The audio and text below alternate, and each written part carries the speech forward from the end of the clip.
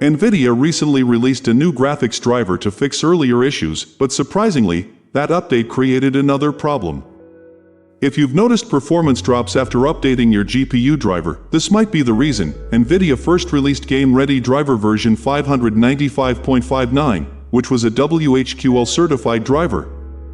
However, some users started experiencing fan control issues with that version. To solve this, NVIDIA quickly released another WHQL driver called version 595.71. This update was intended to fix the fan control problem from the previous driver. But shortly after installing driver 595.71, some users began reporting performance issues.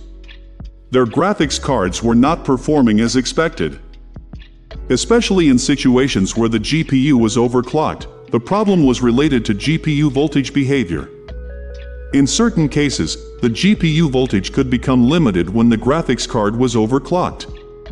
Because of this limitation, the GPU could not boost to its expected performance levels, which resulted in reduced performance for some users. So instead of solving all problems, the new driver ended up creating another issue for a portion of users. To address this situation, NVIDIA released an emergency update, also known as a hotfix driver. The new driver is GeForce Hotfix Display Driver version 595.76. and its main goal is to fix the performance issue caused by driver 595.71, according to the update notes.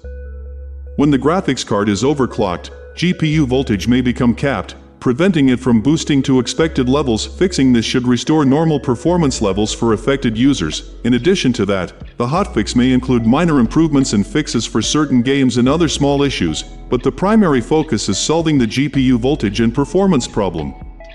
It's also important to know that hotfix drivers are optional. NVIDIA usually releases them as quick emergency fixes.